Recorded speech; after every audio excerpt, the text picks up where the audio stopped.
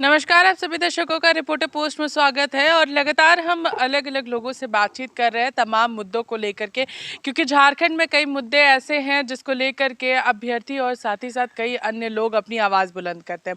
हमारे साथ आज बात करने के लिए खिजरी विधायक राजेश कच्छप जी मौजूद हैं। सर, आपका हमारे चैनल में बहुत बहुत स्वागत है। धन्यवाद। सर, झारखंड के मुद्दे काफ़ी अलग और ज्वलंत मुद्दों में हम बात करें सरना धर्म कोड की, चूंकि सरकार ने विधेयक पास किए करके केंद्र को लगभग 1 साल हो चुके हैं, भेज दिया है, मगर अब तक सरना धर्म कोड को लेकर के कोई भी विचार विमर्श सामने नहीं आ रहा है। आप लोग लगातार मांग कर रहे थे सरना धर्म कोड है, और वहीं दूसरी ओर अगर हम बात करें तो बीजेपी की जो नेत्री हैं आशा लकड़ा जी, उनका भी बयान जो है वो सामने आया, उनके भाषण में आया कि सरना धर्म जो है वो सिर्फ पूजा करते, पूजा अर्चना का एक माध्यम है। इसका धर्म कोड क्यों मांग कर रहे हैं? देखिए, राजनीति से प्रेरित शब्द है उनके, क्योंकि उनको राजनीति करनी है। उनको राजनीति, मैं बता दे रहा हूँ सरना आखिर क्यों चाहिए।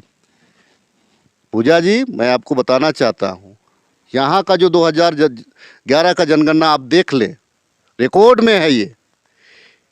यहाँ 44% आदिवासियों ने लिखा सरना, 39% लोगों ने लिखा हिंदू, 14% लोगों ने लिखा क्रिश्चियन। अब बात को समझिए। यहाँ पे आप जो अगर सरना कोड आप कहते हैं, धर्म की बात करते हैं, कि आप मुझे ये बता दे, ठीक है वो हमारा, हम पूजा करते हैं, उसको जाहिर स्थान भी बोला जाता है। और मैं जानकारी के लिए बता दूं, राष्ट्रीय मंत्री जो है भाजपा की, मैं बता देना चाहता हूं उनको कि यहाँ पे कोलम था, आज़ादी से पूर्व भी था। यहाँ के लोगों के लिए एक विशेष कोलम था, विशेष कोड था। आपको इसको जानकारी होना चाहिए। रही बात आवश्यकता क्यों है, तो भैया हमारा जो आदिवासी समाज में जो होता है ना, सीमांकन पूरा क्षेत्र नहीं होता, सीमांकन हमारा गांव होता है। मौजा का एक पाहन होता है, मौजा में पुजारी होता है। हमारे मौजा में एक व्यवस्था है जो और अन्यों से आपको अलग करता है। मौजा में हमारा पाहन है, मौजा में हमारा कोटवार है, मौजा में हमारा पैन भोरा है। तो ये तमाम व्यवस्थाएं हैं। मौजा में हमारा कोटवार है, ये व्यवस्था है हमारा।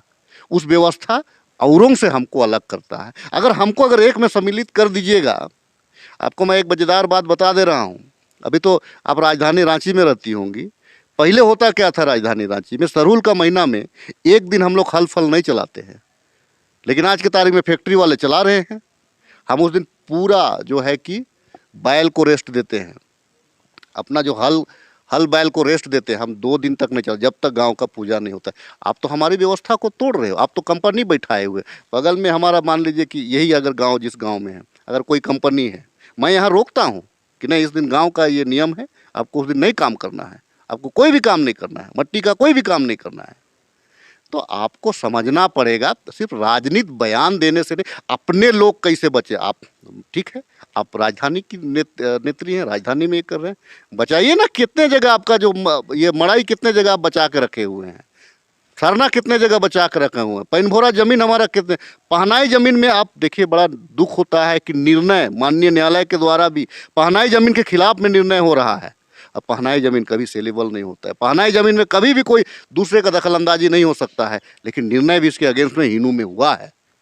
वो क्या है, कभी भी पहनाई जमीन ट्रांसफर नहीं हो सकता है, नहीं हो सकता है। लेकिन आज न्यायालय, चूंकि न्याय हम नहीं लड़ सकते हैं, इसीलिए तो हमारे पास में पढ़ा व्यवस्था था, इसीलिए तो हमारे पास में ग्राम सभा था। लेकिन ग्राम सभा को आप मान कहाँ रहे हैं, पढ़ा व्यवस्था को मान कहाँ रहे हैं। हर चीज़ को आप कानून के लपेट में आइएगा तो ये निरक्षर लोग हैं, निरक्षर लोग हैं, कानून का दांव को नहीं समझ पा रहे हैं। नतीजा क्या है कि सरना मसना मड़ाई रूपांतरित हो जा रहा है दूसरे ये में। इसको नुकसान अगर यहाँ के आदिवासियों को भी हो रहा है तो यहाँ के मूलवासियों को भी हो रहा है। कैसे दिलाइएगा हक और अधिकार जो उनका है, सरना धर्म कोड की मांग जो है, कैसे दिलाइएगा? देखिए, झारखंड, मैंने कहा ना, आंदोलनकारियों का प्रदेश रहा है।